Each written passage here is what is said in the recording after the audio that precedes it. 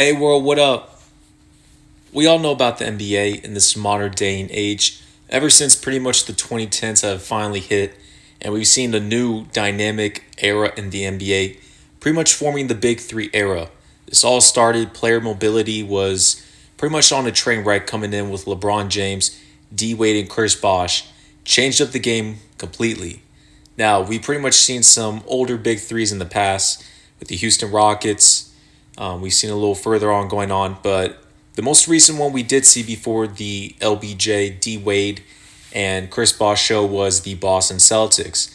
Now, credit due to that Boston Celtics team, Paul Pierce, Ray Allen, and Kevin Garnett were pretty much in the approaching the mid 30s of their career and later on. That Boston Celtics team in 2008 was brand new, orchestrated via trades. In 2010, LeBron James came in, changed up the game completely, and no one saw this to come to fact. Pretty much everyone was expecting LeBron to either go to New York, Chicago, staying with the Cleveland Cavaliers, maybe the New Jersey Nets, and the Miami Heat were still a formidable option for him to go to. People did not bite their eye on that, but it was too good to be true. It seemed like it was fantasy basketball, another dimension coming in. Because that mindset back in the day, we were not accustomed to that whatsoever. And LeBron James was quote unquote on his journey to pretty much try to be the chosen one, chase Michael Jordan. So we never expected this type of mentality, let alone a non-masculine demeanor. Now, when LeBron James decided to go to the Miami Heat, I'm not saying that's not a masculine demeanor, but we pretty much seen the whole NBA's landscape of a mature NBA star in their career to stay pretty much with their team and not hop from team to team. Now entering the 2010s, LeBron James went to the Heat. This was established. We've seen the next big stint with Kevin Durant joining the Golden State Warriors. He pretty much took that up on steroids to another level. That caught everyone by surprise again, pretty much breaking the boundaries of the landscape of that player mentality, let alone joining a team and pretty much moving away from the masculine energy as a star player in the NBA. Now what we've seen Kawhi Leonard go out of his way, and as he was a free agent, he decided and neglected and told the Los Angeles Clippers they don't orchestrate a trade by pulling in Paul George or another star player. He will go next door to the LA Lakers. And Kawhi Leonard did that. The LA Clippers brought in a humongous trade, pretty much going away of their young draft picks, Shai Alexander, for Paul George and bringing in Kawhi Leonard as well. Then we've seen further on now the big three nets of James Harden, Kyrie Irving, Kevin Durant. And there's been a couple of other hiccups throughout the years of players pretty much demanding a trade to get traded to a franchise of their liking, let alone to leave away from their current franchise via Anthony Davis, Kawhi Leonard, Paul George, now James Harden. This is a new step within the new age of the NBA. This keeps a lot of fans, a lot of old cats uncomfortable. I completely understand that perspective because it's pretty much trying to get the easy way out, and pretty much you're putting yourself in a position to where it's an easier position. And that's the downfall of things, but the pro side of things is you're a man, you can take decisions of your own life, you can use player mobility, you can use strategies, you can be strategic when it comes to things, and they have full advantage of doing so. So I'm not going to knock LeBron James on doing that. I'm not going to knock Kawhi Leonard, Paul George, Kyrie Irving did the same thing, Anthony Davis, on demanding a trade and leaving elsewhere. They have full rights to do so. Their contract states that they'll have to play for them, but as management, they can trade away a star player at any time period, and let alone if you're a star player, you can demand a trade. And this has been successful for most of these players. We're going to jump onto here on Speak For Yourself in FS1. They're going to go a little more deeper onto this subject about player mobility and pretty much star players forcing trades from one team to another. And we're going to see if this is going to be a resulting pattern of chaos and anarchy, or let alone if this is actually a positive aspect for both parties. I'm going to give my take on this because this is more of a deeper subject. Are stars forcing trades a problem for the NBA? Yo, they're a huge problem, fellas. Number one, they're not a problem for the NBA. They are a problem for management and teams. Because back in the day, players were quote unquote, they're not like slaves, but basically they pretty much had to bow down to management. play in a team system, and they pretty much had that college system effect of a team, because once you play in the NCAA, you play college basketball, you're pretty much going to have to bow down to a Coach K, to these coaches, and play in a team system. There's really no egos that can get into the way. In the NBA for the past 50 years or so, players were pretty much in a team system, and they didn't take it more in an ISO game.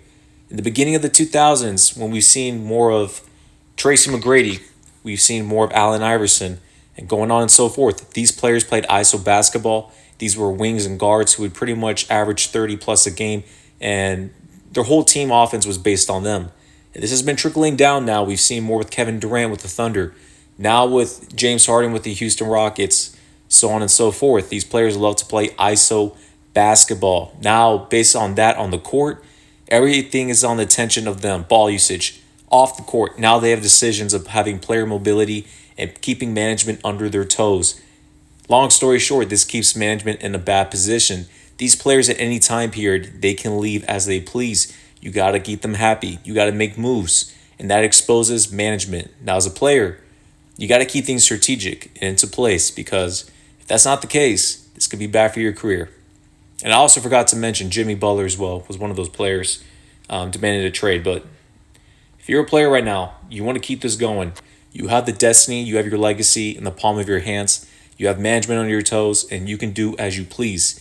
Now, the only downfall of requesting a trade with a year and a half left of your contract or anything like that, you may get some boos, you may get some backlash for the NBA fans, but long story short, if we've seen as a result, Anthony Davis requested a trade, had a lot of heat on him from his back, and won a championship with the LA Lakers. Kawhi Leonard, he got a lot of hate. People were saying that he was a quitter, he was faking an injury. He got traded to the Raptors, he won a championship. So pretty much so far, this has been very successful in the NBA landscape. I'm going to say it three ways. It ruins the integrity of the sport. It ruins the integrity of the business. It ruins the integrity of the contract. I can't come on air each and every day and say I hate NFL contracts because a team can cut a player at any point in time, but a player can't quit. But then get on this same network and talk about how James Harden did a great thing by quitting on his team. In what world do we reward bad behavior and then applaud those who are rewarding bad behavior? In what world? Not in our family lives, not in our social lives, and how in the world are we going to do it in our business lives? How in the world? Listen, long story short, James Harden had to request a trade from the Rockets to any one of those contenders. He did the right thing. Now, based on his action and how it was handled and communicated, not the best way. But besides from that, Harden requesting for a trade to get out of his contract for the next 2 to 3 seasons, he had to do that. The Rockets were in a bad direction. And if you were based on management, they understand they had to rebuild their franchise. The 8-year-long saga and era of James Harden was coming to an end. They all knew that. The momentum was done with. They were never going to get back into championship status. Their peak was in 2018 and 2019. They blew it. It was done with. James Harden could have handled it a little better. Same thing with Kawhi Leonard. Same thing with Kyrie Irving, Anthony Davis. But sometimes push comes to shove. Because if you tell management something, they'll pretty much shut you up and they'll tell you have the remainder of your contract and they'll leave it at that. These agents, especially Rich Paul and these other agents, they're aware of this. So they tell their players, you have to pretty much push it up, get up on them, make them uncomfortable. That pretty much sometimes goes out to social media, bring it up to the media, players seeing this, interviews coming out. So management can be on their toes. At the end of the day, management will trade that player. At first, they'll always say no. So for example, with Anthony Davis, New Orleans stated they would never trade him to the Lakers. They got a new GM. David Griffin set Anthony Davis off in a heartbeat. If you're looking with the Toronto Raptors and the San Antonio Spurs, the Spurs stated they'll never trade him to the Lakers, but you know what? They kept him, and then they trade him off to the Toronto Raptors in a couple of months. Paul George with the Pacers, same thing. And with James Harden, this actually took around a month to a month and a half. It was pretty quick because most of these players get traded away in a couple of months, but it's getting less and less because James Harden really brought the team chemistry down. So I'm not advocating for that's a way to go, but if you want to make it all of a sudden, you want to push it, push comes to shove, you're going to have to do so. Are we going to reward athletes for quitting on themselves, quitting on their teams, quitting on their coaches, and to some degree quitting on the fan bases? I can't do it. I won't do it. I can't win with it. So when it comes down to it, I look at it and I'm like, no, this is ruining the integrity of the sport. It's ruining the integrity of the business. And why in the world are you going to sign a contract that pays you upwards of $42 million annually, then not get what you want and completely quit on your team? It's problematic. If we let it slide this time, it's only going to keep going and getting worse. I do not like it. No, and it's completely legal for them to do so. Whenever, for example, if you're going to buy a property, buy a house, anything along those lines, you are quote-unquote committed for 30 years, but besides from that, you can go sell off that house, you can go rent it out to different tenants and such forth. When it comes to James Harden and these players with their contracts, they are obligated during the time period to quote unquote finish that contract. Unless you are traded, anything eternally happens, they have the full legal rights of doing so.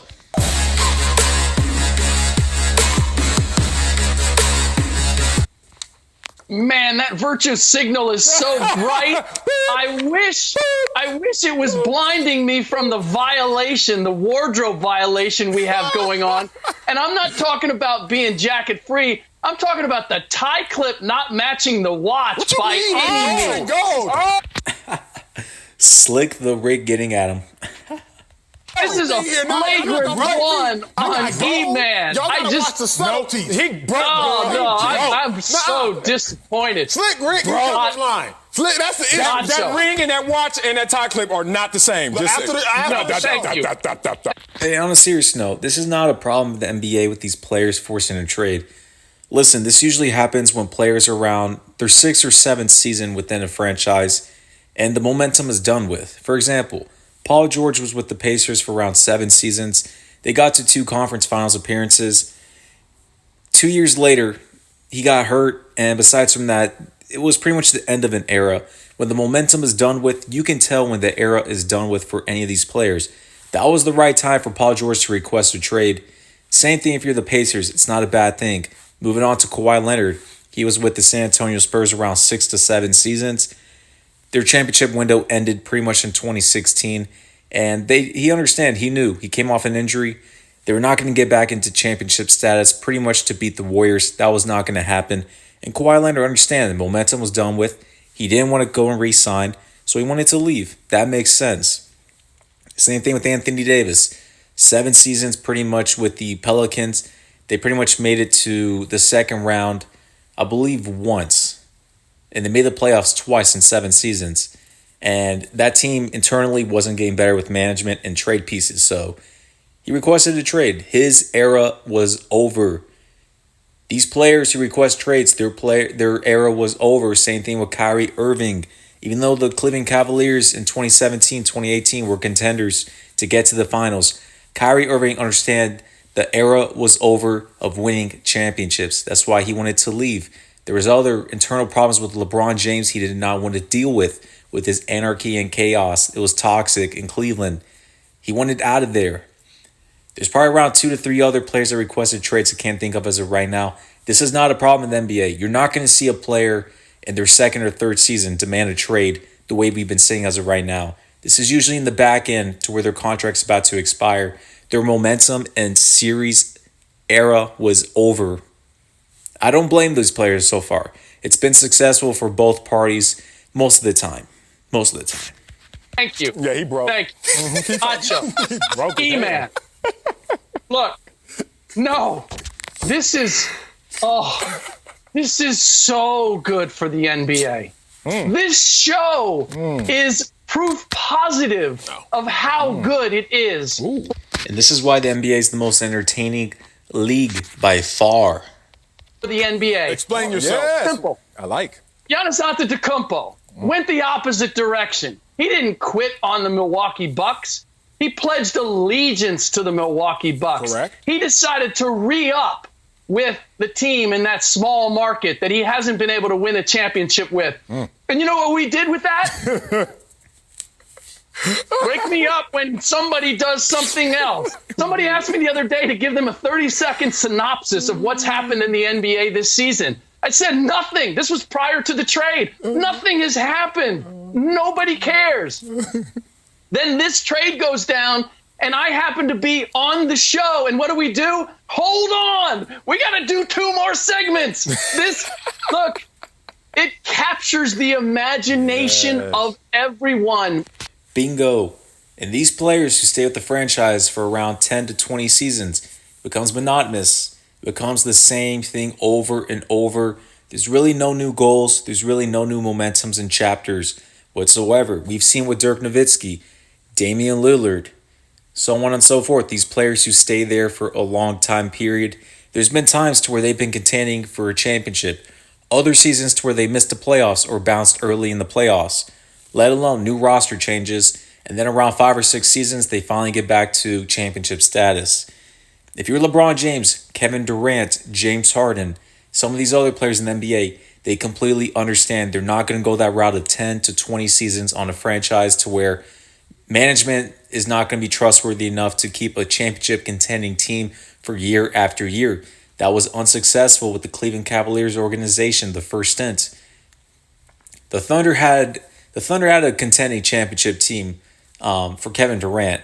The landscape of the NBA was too far for him. For James Harden with the Rockets, the era was over. There needs to be chapters for these players to get rejuvenated and have new goals. For example, LeBron James does the usual 4-year approach. He pretty much was on the Cleveland Cavaliers, didn't work out. Joined the Miami Heat. Now he has a new goal. He has new momentum, new focus. 4 years now, he can go to chase for championships. He did it. Now he decided 4 new years back with the Cleveland Cavaliers. He got a championship. Now he decided to go to the Lakers. He's rejuvenated. He has new focus. It keeps him distracted and diverted away from his age and pretty much from a boring NBA landscape.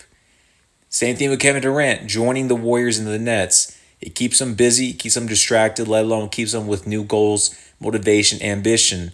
And we've seen that with Tom Brady, not to get too much in the NFL, but we pretty much expected Tom Brady to retire after losing against the Titans.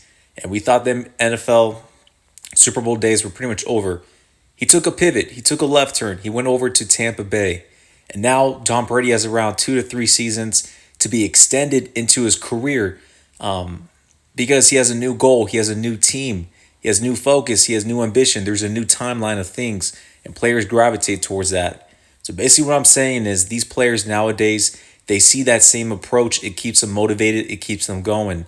Whenever the momentum is done with being on a franchise for a few seasons with the same players, the same coaches, you need a new change of scenery, not only for yourself, but for these franchises. And that's the direction the NBA is heading as of today. Media and fans. And you may not like how it happened, but if the question is it a problem?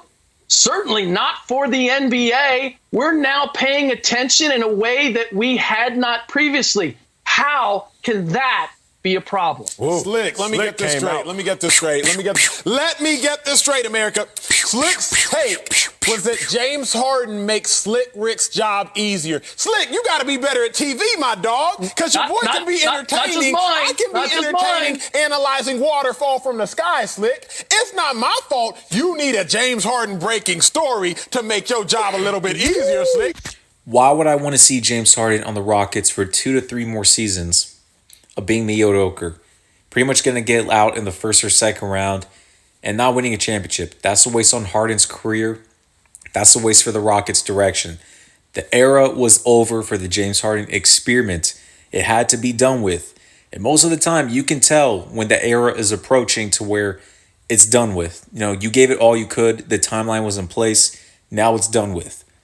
Now, for him to state that this is a problem in the NBA, so pretty much if we expected 2-3 more years of James Harden on the Rockets, it would have been bad for his career. He would have been a free agent when he was 34 years of age. That's too late on his timeline.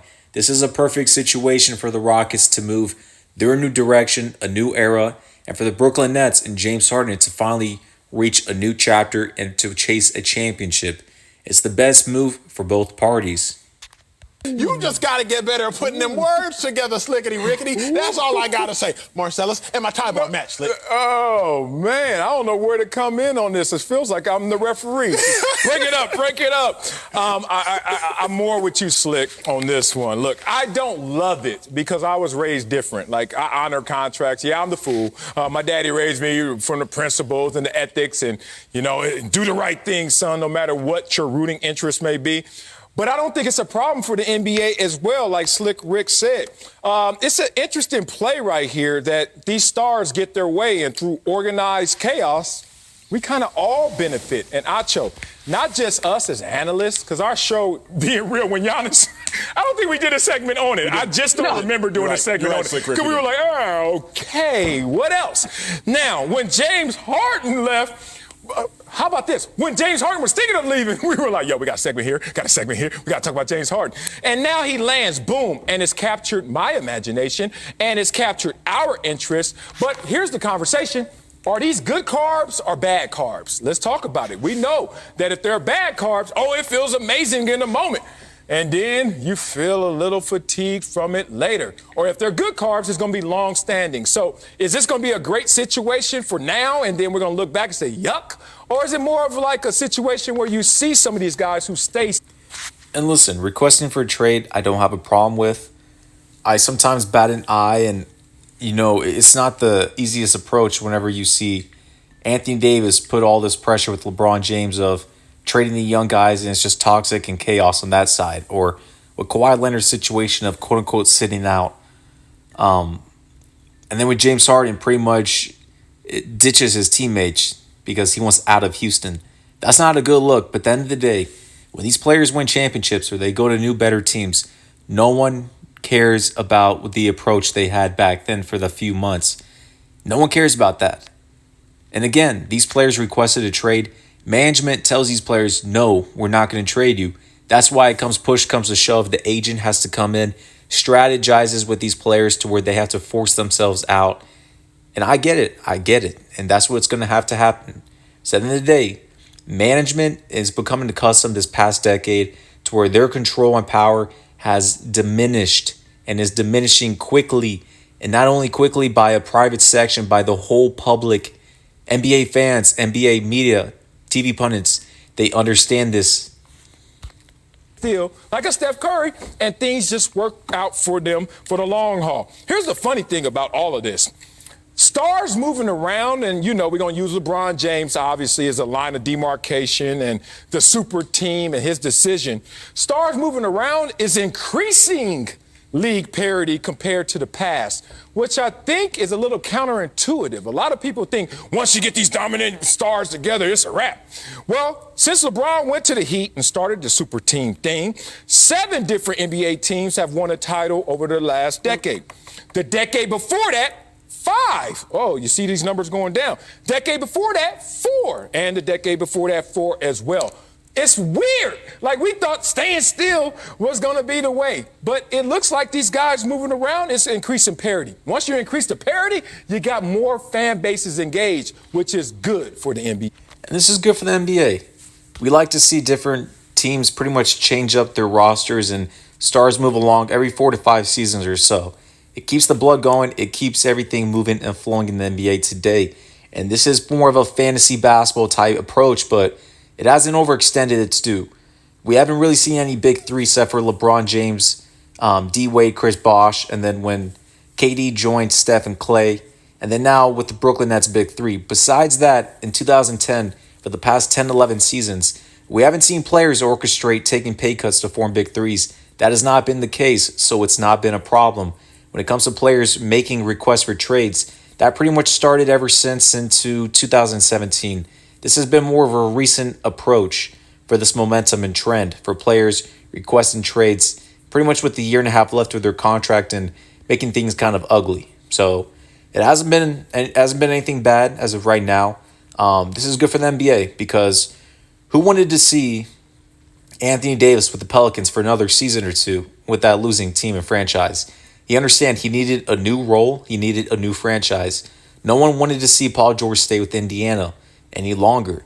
No one wanted to see, well, the Kyrie Irving thing with Cleveland's a little different, but it kept things flowing and it kept things changing and moving. We were fine seeing Kawhi Leonard move from the Spurs to another franchise. The NBA is all about storylines. It's about player mobility and movement. And with the storylines, the NBA is always going to have that. That's not going to be a problem anymore. Because for this year, we expected the main story was Giannis Antetokounmpo free agency. That wasn't the case. He re-signed. But now it was about James Harden and the trade rumors and going to Brooklyn. And as of right now, there hasn't been really many players on the trade deadline block, but we'll see something come up in a couple of months, even within the season. Okay.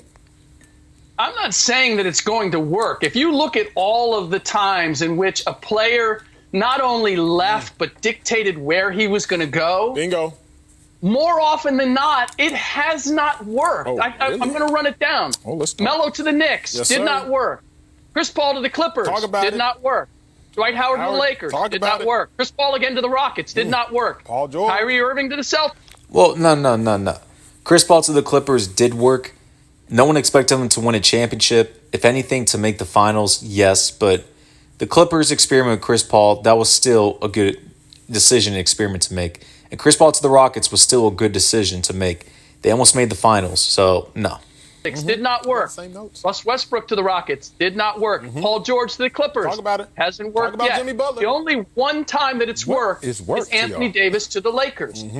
But that's in Well, Kawhi Leonard didn't have the Raptors on the list, but that Kawhi Leonard request trade still worked out. He won a championship and Finals MVP. And even Paul George didn't do anything crazy with the Oklahoma City Thunder. That was still a good experiment for him to request a trade and get traded there. He had a top 3 MVP season back 2 seasons ago.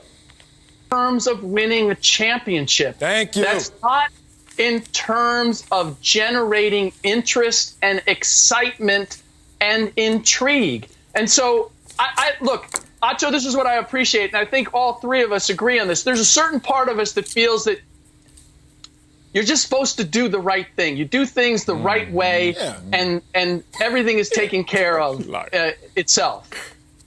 But this is the entertainment business, and we have a whole generation of fans that have grown up with fantasy sports, and it's no longer an allegiance to your team, and you hope they win, and you sit on your couch, and you wear your colors, and you follow them.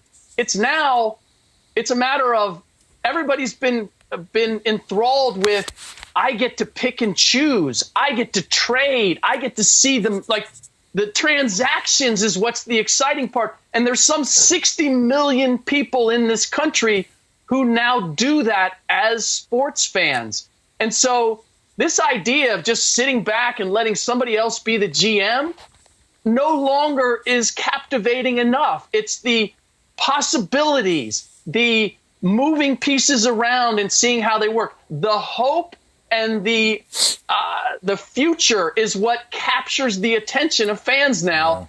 And that's the reality of where we are. And the NBA taps into that like no other sports organization. The only minor, not even pushback, I'm just going to give it an aside. The only minor aside I will offer is this. Sure. James Harden was already entertaining in Houston. Like, the Rockets were one of the top 6 most entertaining teams in basketball, specifically when they went small ball. Like, they were already entertaining. But beyond that, Slick, I just don't like wasting time. Like, I don't like when somebody... Okay, and if you're not trying to waste time, it was time for James Harden to depart from the Rockets. If you kept him for another 2 seasons, it would have been wasted time for both parties. Harden would have been losing in the first or second round for the next season or 2. It would have been a waste of his ending of his prime. He had to leave. Calls me, hey, man, can you give me your advice on this matter? We talk for hours on end. We end the conversation. Hey, of course, you made a great point. I'm going to do that. Then you find out the next day they didn't do that. You're like, what you call me for? Like, what I just waste all that time on the phone with you for? So, James Harden, you're going to sign a super max or so deal, $42 million a year with the Rockets. Y'all are going to come to an agreement after all that. And after all that conversation and agreement, you still going to be like, yeah, you know what? I don't really like it here. Let me just get on out of here. I have an issue with that. I have an issue with what that says about the game of basketball and contracts within that. Man, I am with both of you guys right here. And Acho also, when someone says top 6, they mean number 6. Yeah, I mean, who is it?